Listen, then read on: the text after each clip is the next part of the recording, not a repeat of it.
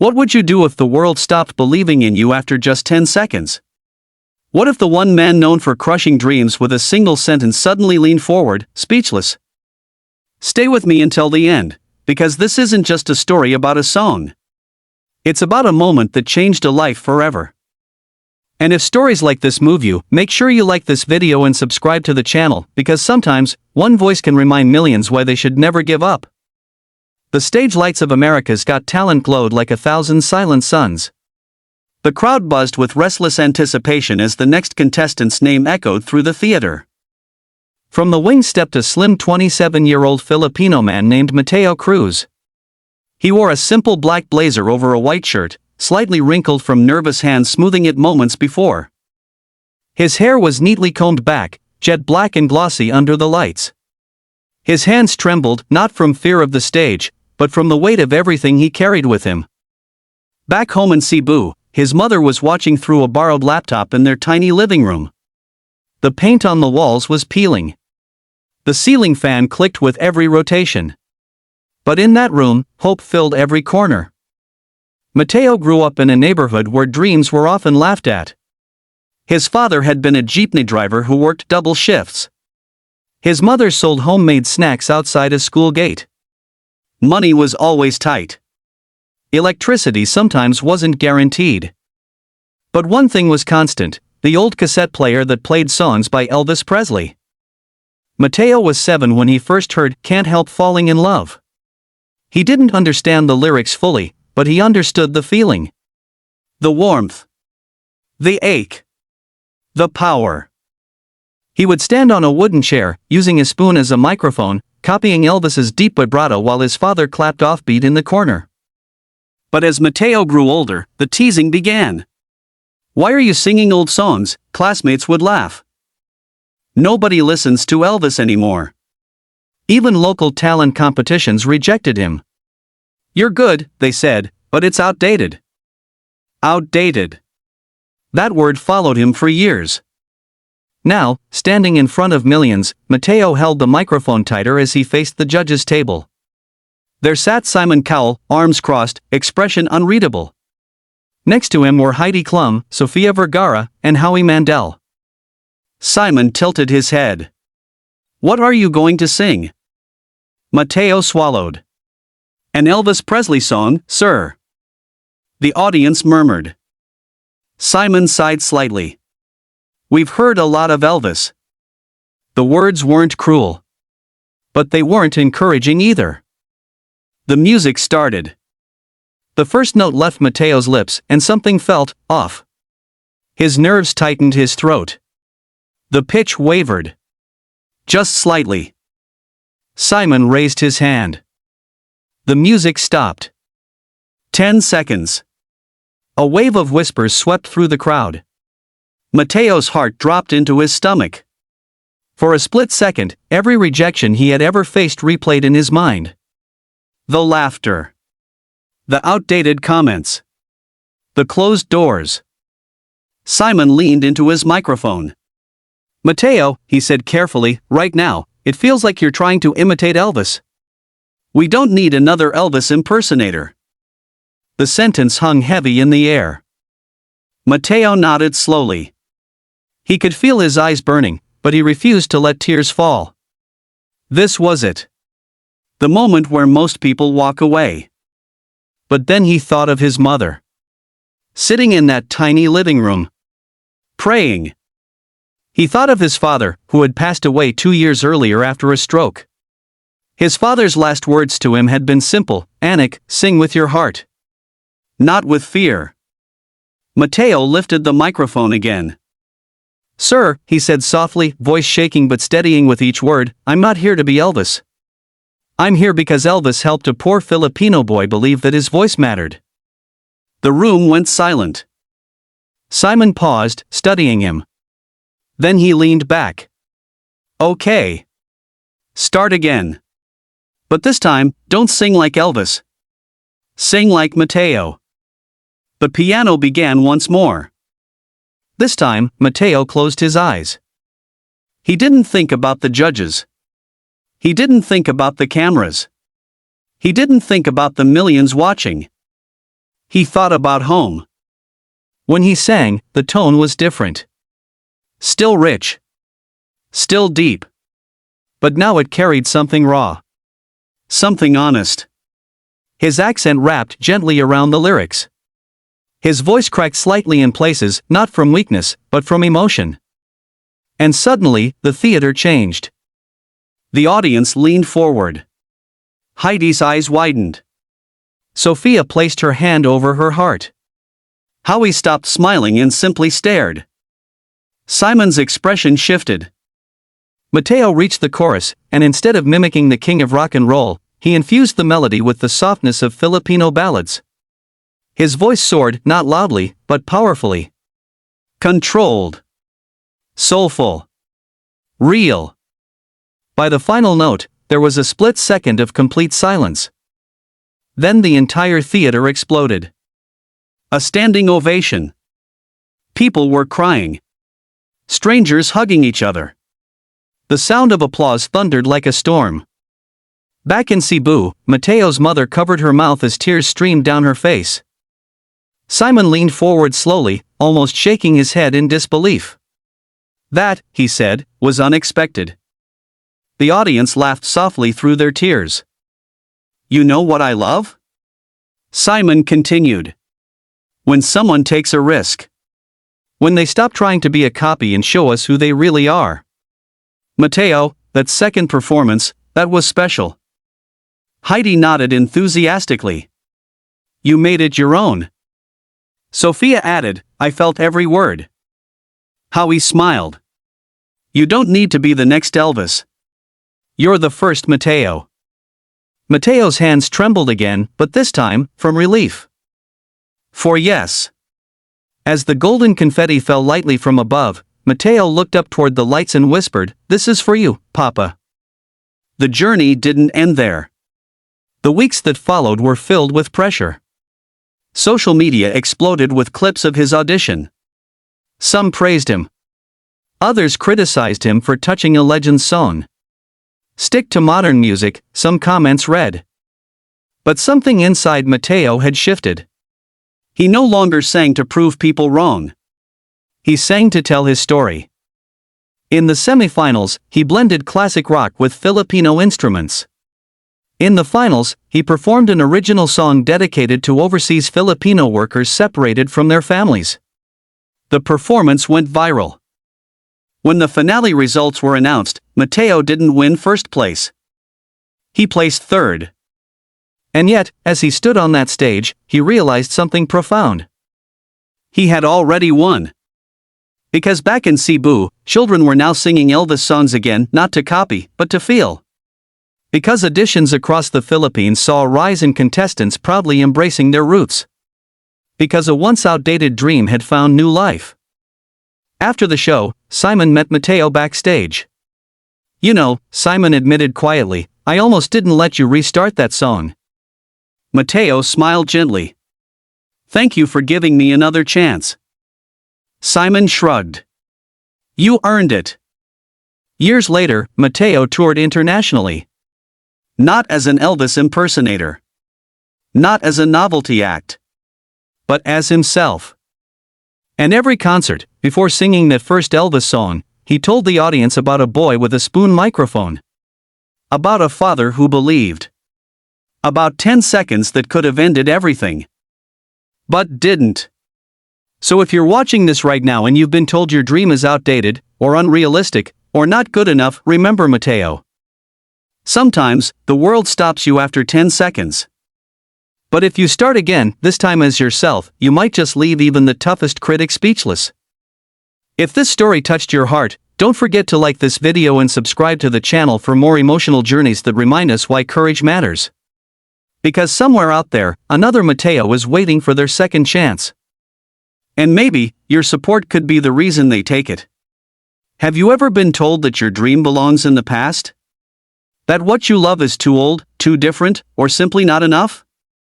Imagine standing on the biggest stage of your life, singing your heart out, and being stopped before you even reached the first chorus.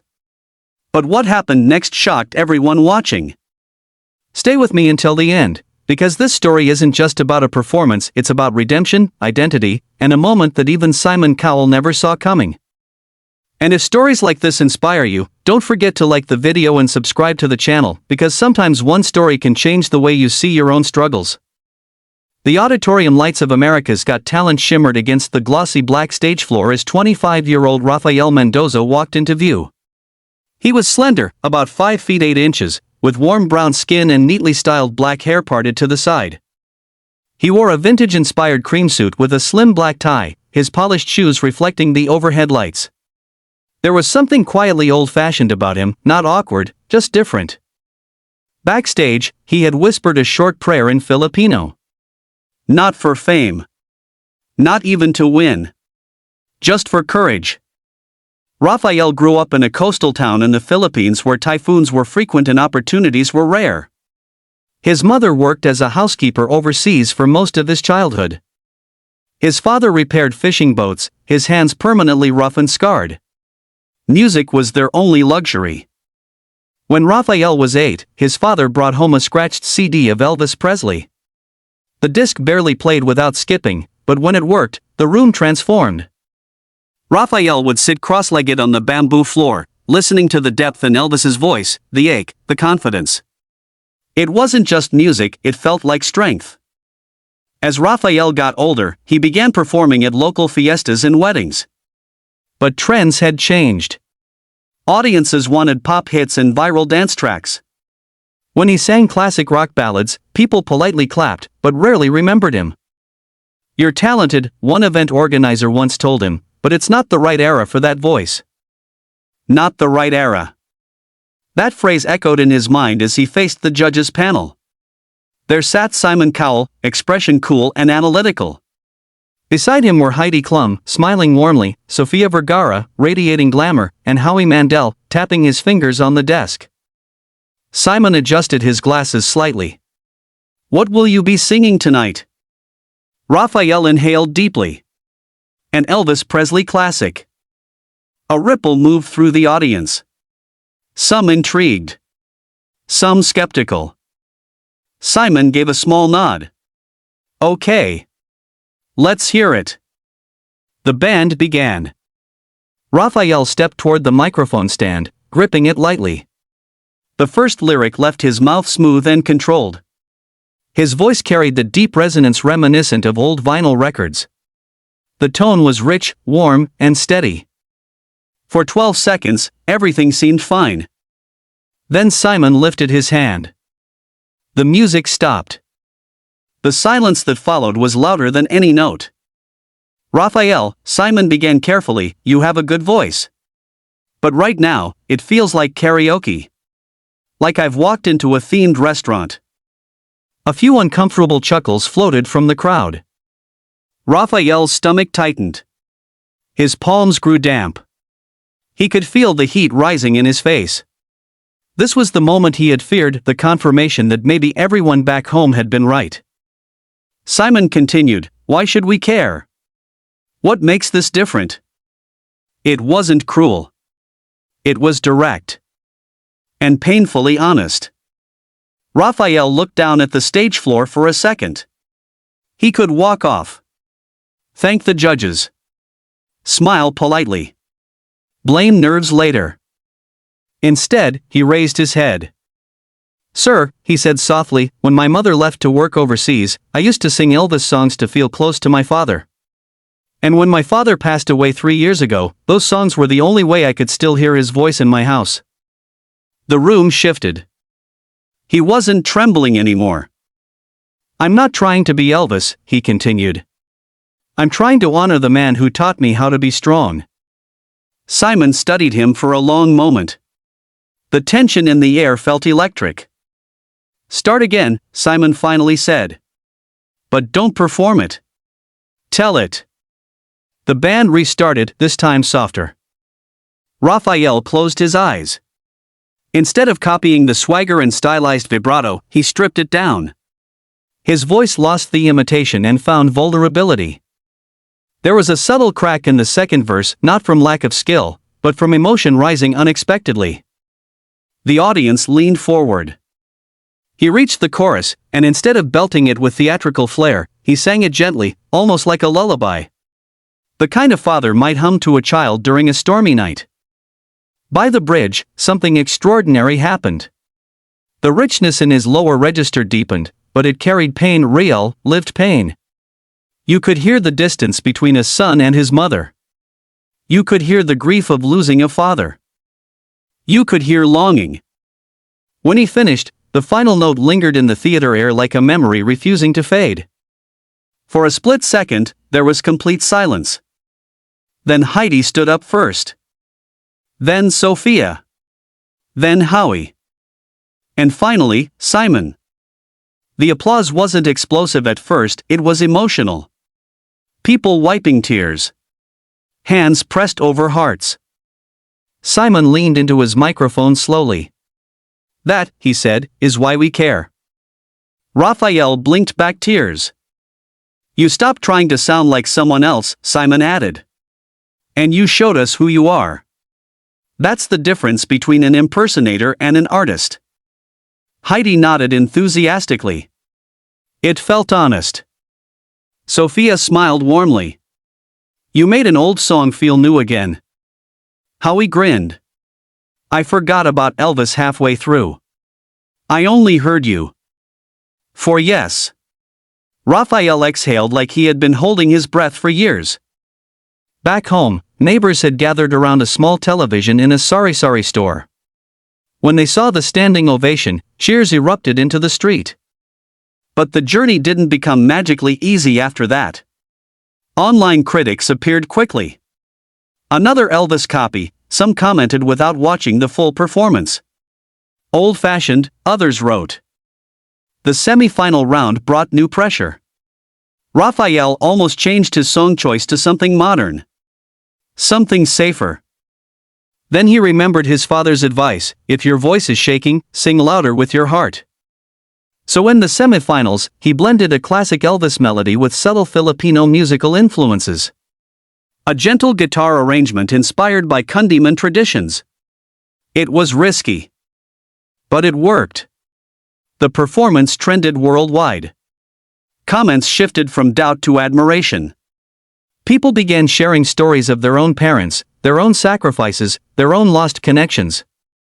In the finale, Raphael chose to perform an original song inspired by Elvis's style but rooted deeply in Filipino identity. It spoke of distance, storms, and the unbreakable thread between family members separated by oceans. He didn't win the competition. He finished second. But when his name was announced, he smiled wider than anyone expected. Because in that moment, he understood something bigger than a trophy. He had reclaimed something. He had proven that honoring the past doesn't mean living in it. That inspiration isn't imitation. That love can travel through music across continents and generations. After the show, Simon approached him backstage. "You know," Simon said quietly, "when you first started, I thought we heard it all before." Raphael laughed softly. "I thought so too." Simon nodded. "But you reminded me that it's not the song. It's the story behind it." Years later, Raphael toured internationally. Not as an Elvis impersonator.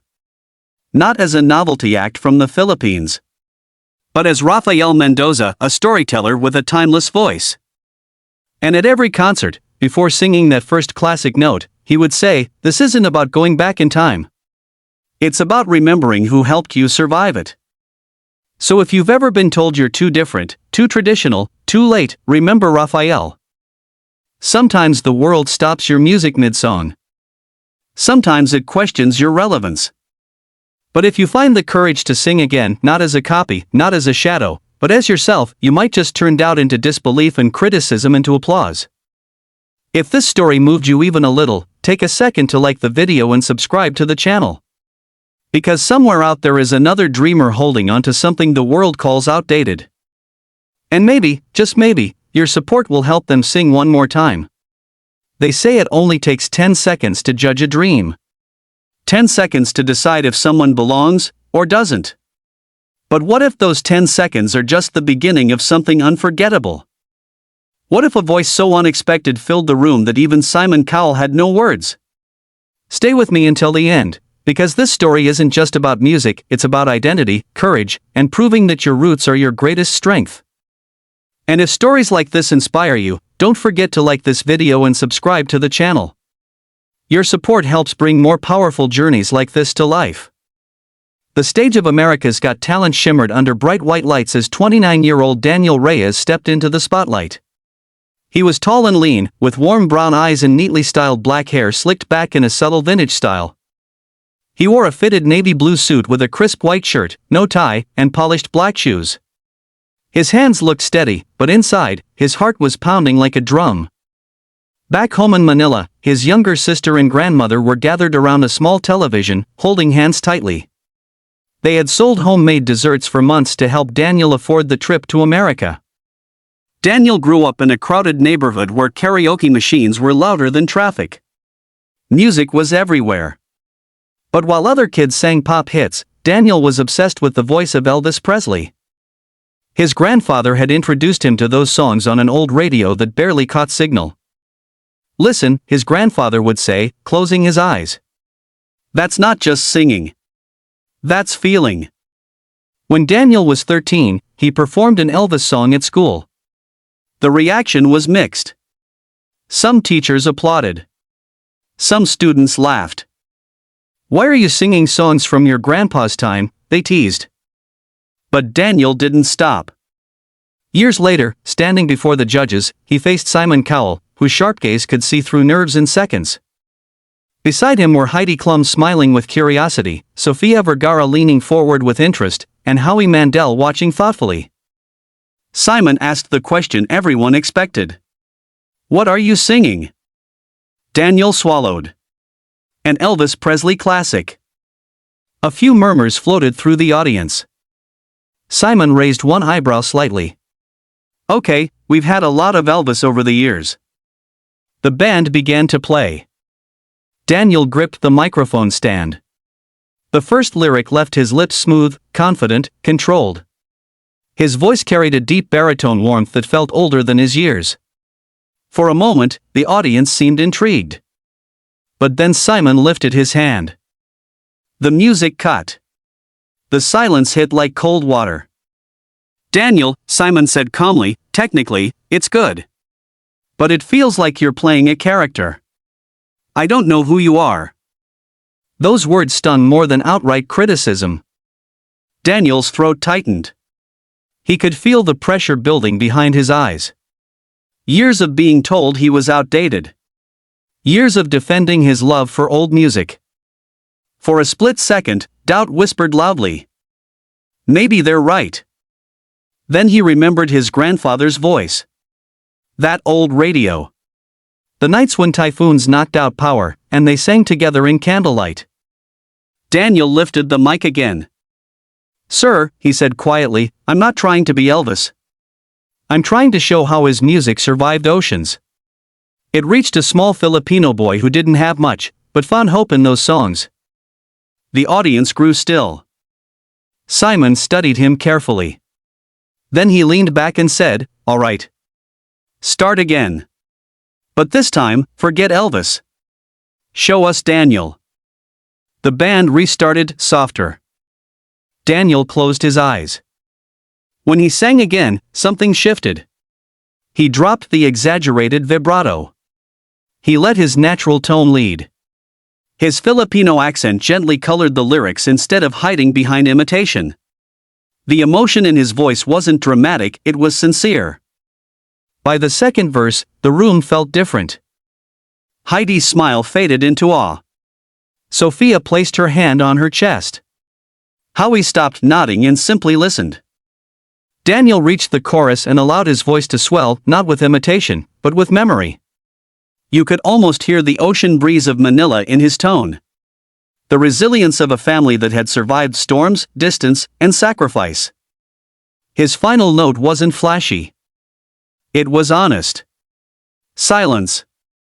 Then the audience erupted. A standing ovation rolled through the theater like thunder. People were wiping tears. Some shouted his name. Simon didn't clap immediately. He sat still, almost stunned. Then slowly, he stood. When the applause softened, Simon leaned into the microphone. "You know what just happened," he said. "You stopped being a tribute act and became an artist." Daniel's breath caught. That second performance, Simon continued, was believable. "And that's rare." Heidi nodded enthusiastically. "I felt your story." Sophia smiled warmly. "You made it personal." Howie grinned. "That's how you honor a legend, by being yourself." For yes. Back in Manila, Daniel's grandmother cried openly, hugging his sister as neighbors cheered outside their house. The competition grew tougher each round. Social media buzzed with debate. Some praised him as the Filipino Elvis. Others insisted he should move on from classic songs. In the semifinals, Daniel surprised everyone. He rearranged an Elvis track with subtle Filipino instruments layered into the background. A soft kulintang rhythm. A hint of acoustic warmth inspired by traditional ballads. The risk paid off. Clips of his performance went viral across Asia and the US. People weren't just hearing nostalgia, they were hearing evolution. In the finale, Daniel performed an original song inspired by his grandfather's life. It spoke of storms that bend trees but don't break them. Of voices that travel farther than ships. He didn't win first place. He came in second. But when confetti rained down, Daniel smiled through tears. Because he realized something powerful: winning wasn't the loudest applause. It was knowing he had stayed true to himself. After the show, Simon approached him backstage. "When you first started," Simon admitted, "I thought we'd seen it all before." Daniel chuckled softly. "So did I." Simon nodded. "But you reminded us that it's not about the era of the song. It's about the honesty of the singer." Years later, Daniel toured internationally. Not labeled as an impersonator. Not boxed into nostalgia. But celebrated as an artist who bridged generations. And at every concert, before singing that first classic note, he would say, "This isn't about copying the past. It's about carrying it forward." So if you've ever felt like your passion doesn't fit the trend, if you've been told your dream belongs to another time, remember this story. Sometimes even the toughest critic needs a second verse to believe. And sometimes, the thing that makes you different is exactly what makes you unforgettable. If this story inspired you, take a moment to like this video and subscribe to the channel. Because someone out there is holding on to a dream the world calls old-fashioned. And maybe your support will help them sing it anyway.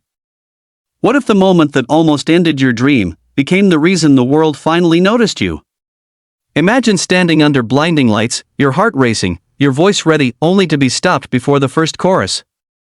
And then imagine starting again and leaving even Simon Cowell speechless. Stay with me until the end, because this story isn't just about a Filipino singing Elvis. It's about finding your identity when the world tries to label you. And if stories like this move you, don't forget to like this video and subscribe to the channel. Your support keeps these powerful journeys alive. The stage of America's Got Talent felt colder than Marco Villanueva expected. At 26 years old, he stood tall but tense, 5 feet 9 inches with a lean build, caramel brown skin, and neatly trimmed black hair brushed back with a subtle shine. He wore a charcoal gray suit, slightly fitted, with a deep red pocket square that reminded him of home.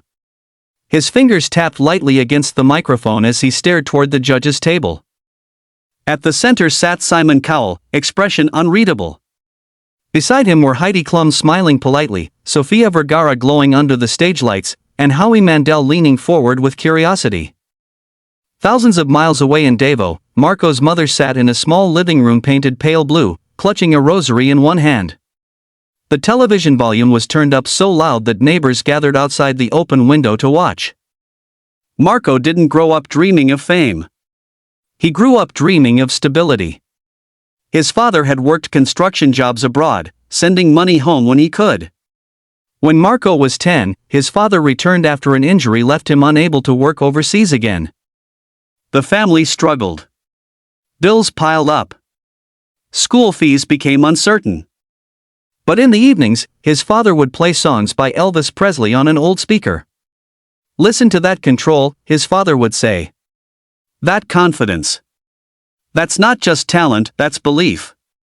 Marco would imitate the deep voice, exaggerating the vibrato at first, making his parents laugh. Over time, the imitation turned into admiration. Admiration turned into passion. In college, Marco auditioned for local competitions. Judges often told him the same thing. "You sound good. But we've heard Elvis before." Some suggested he switch to modern pop. Others said he should focus on a more current image. But Marco felt something when he sang those songs. A connection. A bridge between generations. Now, standing on that massive stage, Simon asked the question Marco knew was coming. "What are you singing tonight?" Marco took a breath. An Elvis Presley song. A ripple of murmurs spread through the audience. Simon tilted his head slightly. "Okay. Let's hear it." The band began. Marco stepped closer to the microphone. The first note came out strong, smooth, controlled. His tone was rich, almost velvety. For a few seconds. "Before you scroll away, let me ask you something. Have you ever practiced something for years, only to be told in seconds that it wasn't enough? Imagine standing on the biggest stage of your life, singing your heart out, and being stopped before the first verse even finishes. And then imagine turning that rejection into the very moment that makes history." Stay with me until the end, because this story is about a Filipino dreamer, an Elvis song, and a reaction from Simon Cowell that no one expected. And if stories like this inspire you, don't forget to like the video and subscribe to the channel. Your support helps keep these powerful journeys alive. The lights of America's Got Talent felt almost blinding as 24-year-old Adrian Castillo walked onto the stage. He was slim, about 5 feet 7 inches, with warm bronze skin and thick black hair styled in a soft pompadour.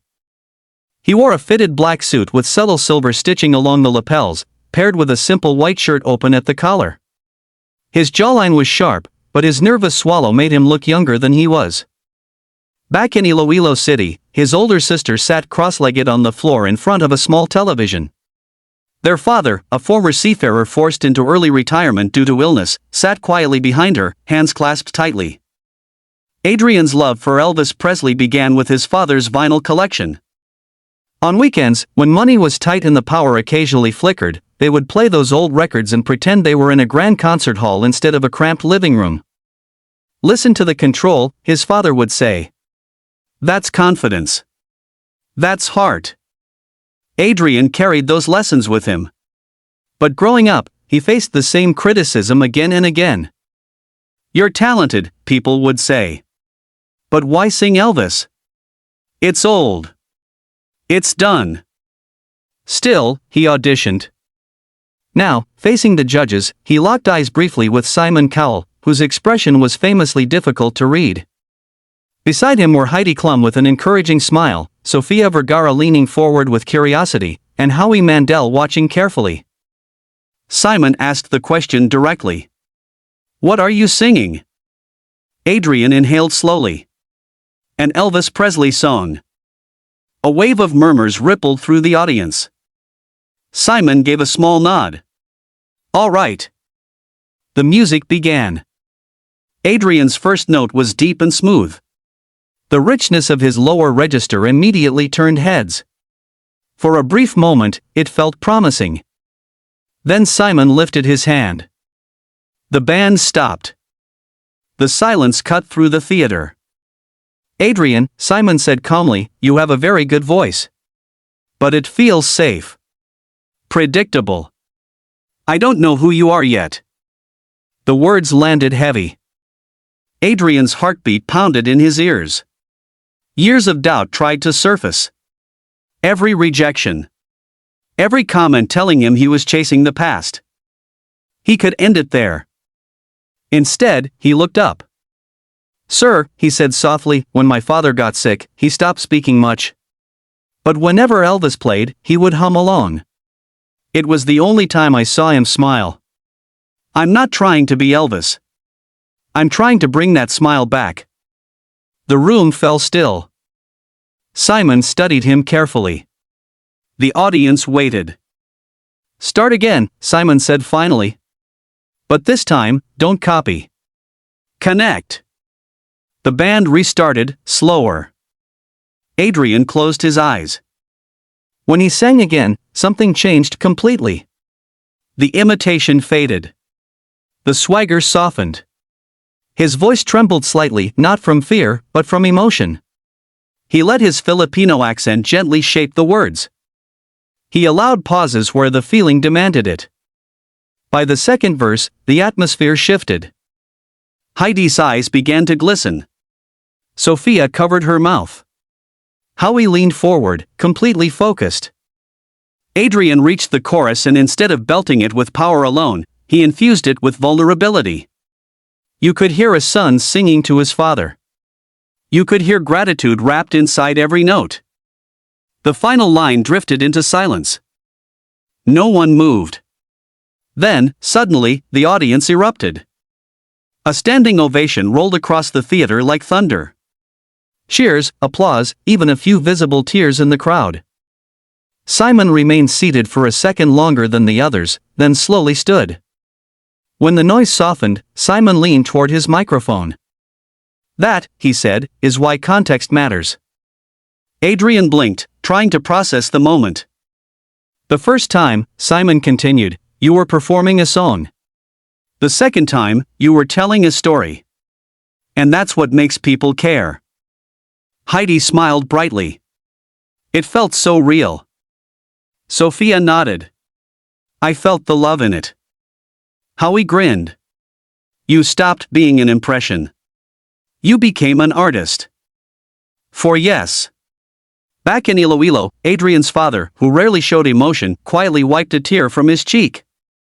The competition grew tougher with each round. Critics online debated whether classic songs still belonged on modern stages. But Adrian learned something important that day. It wasn't about the era of the song. It was about authenticity. In the semifinals, he blended an Elvis classic with subtle Filipino melodic influences, gentle acoustic layers inspired by traditional ballads. The risk paid off. The performance went viral. In the finals, Adrian performed an original piece dedicated to his father. A song about resilience, about silent strength, about finding your voice even when life tries to quiet you. He didn't win first place. He finished second. But when confetti rained down, he didn't look disappointed.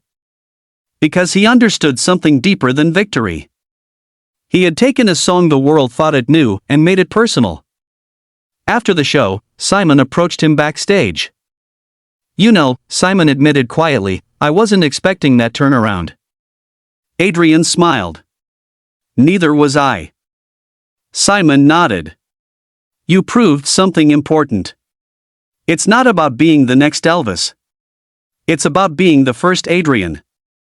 Years later, Adrian toured across Asia and the United States. Not as a tribute act. Not as a copy. But as an artist who carried history forward with his own voice.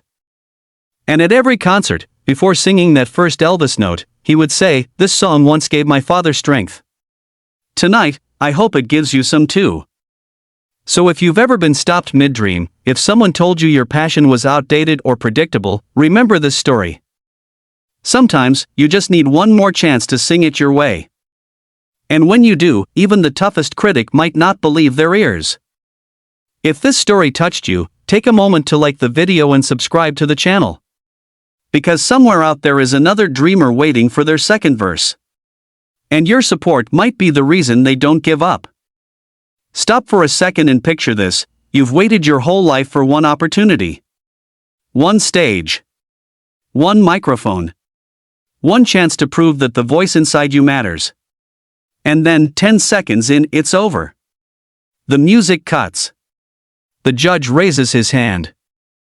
The dream seems to collapse in real time. But what happened next left the entire theater frozen, and even Simon Cowell struggling for words. Stay with me until the end, because this isn't just about a Filipino singing an Elvis song.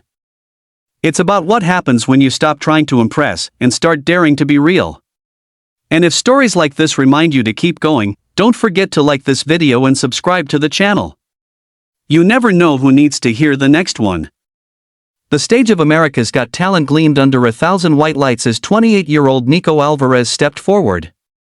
He stood about 5 feet 10 inches, broad-shouldered but lean, with deep brown eyes and short, slightly wavy black hair brushed neatly to the side. He wore a dark emerald suit tailored close to his frame, paired with a black shirt buttoned at the collar. His expression was calm, but his fingers subtly tightened around the microphone. Back in Quezon City, his mother and younger brother were sitting in their small apartment, the electric fan humming loudly in the background. On the wall hung a faded photo of Nico's late grandfather, the man who first placed a microphone in his hands. Nico grew up in a household where music wasn't just entertainment, it was comfort. His grandfather had been a lounge singer decades ago, performing classics by Elvis Presley in small Manila clubs. When Nico was a child, his grandfather would sit him on his knee and say, "It's not about copying the king. It's about understanding why he moved people." When his grandfather passed away, Nico inherited his old microphone, rusted at the base, but still intact. From that moment on, singing Elvis wasn't about nostalgia. It was about memory. Now, standing before the judges, Nico faced Simon Cowell, whose reputation for honesty was legendary. Beside him sat Heidi Klum with a soft smile, Sofia Vergara glowing under the lights, and Howie Mandel watching intently. Simon asked the question directly. "What are you singing tonight?" Nico answered without hesitation. "An Elvis Presley classic." A faint wave of murmurs passed through the audience. Simon nodded slowly. "Okay. Let's see." The band started. Nico's first note was smooth and controlled, his baritone rich and resonant. The audience leaned in slightly. It was good, technically strong, polished. 9 seconds in. Simon lifted his hand. The music stopped. The silence felt endless. "Nico," Simon began calmly, "you've got a strong voice. But right now, it feels like I'm watching a tribute act on a cruise ship. I don't know what makes you different." A few awkward laughs echoed from the audience. Nico felt his chest tighten. He had heard variations of that comment his entire life. "It's good, but you sound like someone else, what's new about it?" For a moment, doubt crept in. Then he remembered his grandfather's voice, understand why he moved people. Nico looked up. "Sir," he said softly, "my grandfather used to sing these songs in small bars in Manila. When he got sick, he couldn't perform anymore. Before he passed, he told me, don't sing to sound like Elvis. Sing to remind people why.